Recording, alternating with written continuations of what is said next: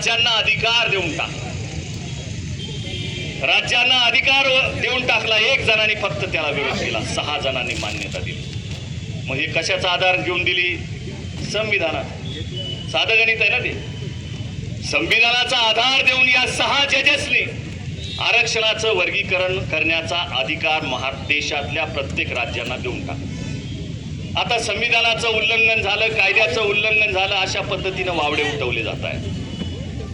पूर्ण देशातल्या शेड्यूल कास्टचं करा अशा पद्धतीचा तो निर्णय नाही. त्याला संसदेमध्ये कायदा करावा लागतो, त्याला संसदेमध्ये कायदा करावा लागतो. हा शेड्यूल कास्ट पूर्ण देशाचा बदल नाहीये, राज्याला दिलेला अधिकार आहे. हे संविधानामध्ये तरतूद आहे, ही गोष्ट लक्षात घ्या.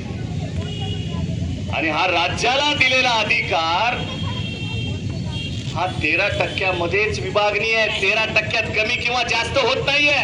कैकाडी समाज विदर्भामध्ये एससी मध्ये आला तेव्हा कुणी काही म्हणलं का? कुणी आत्ता आलं वाटतं या 5-10 वर्षामध्ये, बरोबर आहे. विदर्भामध्ये शेड्यूल कास्ट मध्ये कैकाडी समाज आला तेव्हा कुणी विरोध केला नाही. मग आपण सगळं डोळसपणे पाहत राहतो. आणि जेव्हा ही मागणी शासनाकडून, केंद्राकडून, सुप्रीम कोर्टाकडून येते तेव्हा सरकारला, सुप्रीम कोर्टाला विरोध करण्याच्या ऐवजी आपण मातंग समाजाला विरोध करून काय साध्य करत आहोत? आपण मातंग समाजाला विरोध करून काय साध्य करत आहोत? आपण बाबासाहेब आंबेडकरांचे अनुयायी म्हणण्याचा आपल्याला अधिकार आहे का?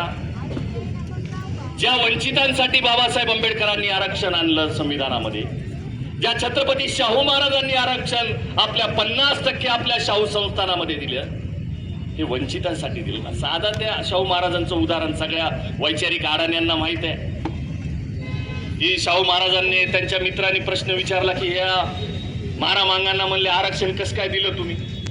त्यांनी त्यांच्या तबेल्यामध्ये नेलं त्या मित्राला, शाहू महाराजांनी, आणि तबेल्यातल्या त्यांच्या कामगाराला सांगितलं की मध्ये हरभरे ठेव टोपल्यामध्ये, मोठे घोड्याला खायचे, आणि सगळे घोडे तबेल्यातले सोडून दे.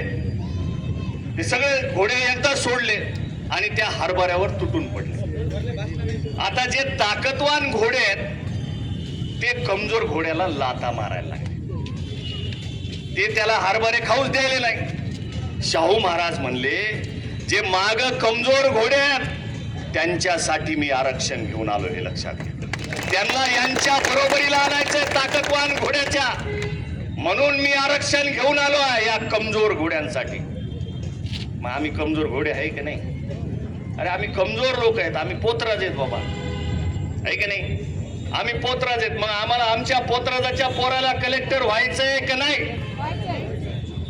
प्राध्यापकाच्या पोराला नीट परीक्षेत मार्क पडलेत आणि पोतराजाच्या पोराला मार्क पडले, दोघांना सारखे मार्क.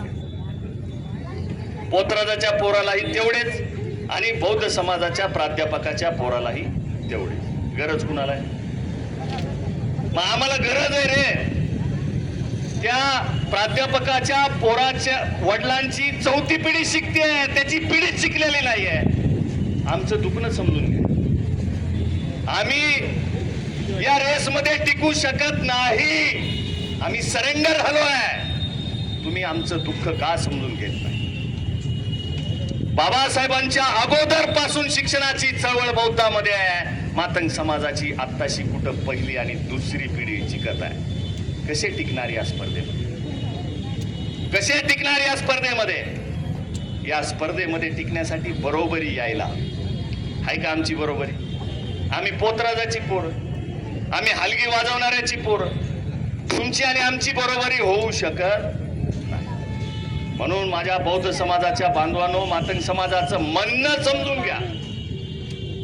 त्यांना विरोध करण्याच्या अगोदर त्यांचं मत समजून घ्या, त्यांच्या भावना समजून घ्या, त्यांचं दुःख आणि वेदना समजून घ्या. हे जे सोशल मीडियावर वार चालले ते बाजूला ठेवा आणि सामान्य मांगवड्यात येऊन एखाद्या मातंग समाजाच्या कचरा वेचणाऱ्या महिलेला विचारा, तुझं पोरग ग्रॅज्युएट झालंय, ती म्हणती मला त्याला नोकरीला लावायचंय, त्याचा बाप पहिलंच मेलाय पण तो नोकरीला काही लागत. अरे यांना रेसमध्ये आणण्यासाठी, यांना स्पर्धेमध्ये आणण्यासाठी थोडी वर्गीकरणातून खुराक मिळणार आहे, त्याच्यातून हा समाज बरोबरीला येणार आहे.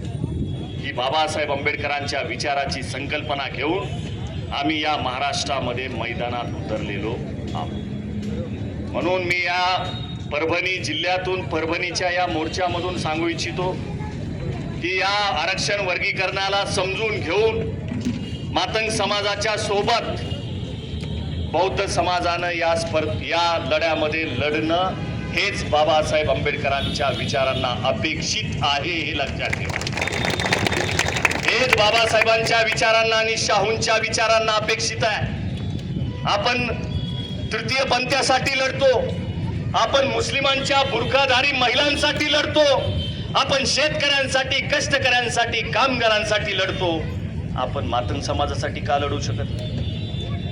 त्यांनाही आपल्या चळवळीची गरज आहे, बाबासाहेब आंबेडकरांच्या विचारांची गरज आहे, या चळवळीत असणाऱ्या आंदोलनाची गरज आहे। या सोबत मैदानामध्ये खांद्याला खांदा लावून लढू आणि बाबासाहेब आंबेडकरांच्या विचारांचा महाराष्ट्र हा देश आपण पुढे घेऊन जाऊ, असं आश्वासन, असं आव्हान, अशी सूचना आणि अशी अपेक्षा मी बौद्ध समाजाकडून नक्कीच करेल। बाकी ज्यांनी आम्हाला इशीला टांगलंय, आहे का नाही, लय इशीला टांगलं। आता शिव्या आमच्या एवढ्या येतात का कुणाला?